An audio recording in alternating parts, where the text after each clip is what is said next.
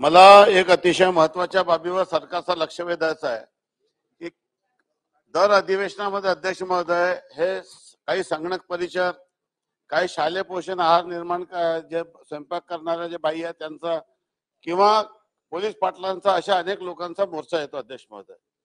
हजारोच्या संख्येने लोक मोर्चा काढतात आणि ही बाब सत्य आहे की त्यांच्या मागण्या योग्य आहे। एका बाजूने आपण ज्यांचा पगार 1 लाख आहे 1.5 लाख आहे त्यांना दरवर्षी डीए देतो, त्यांना 6वा वेतन आहे 7वा वेतन आहे 8वा वेतन आहे देतोय, तो शासनाचा अधिकार आहे। आता ओल्ड पेन्शनचे आंदोलन सुरू आहे।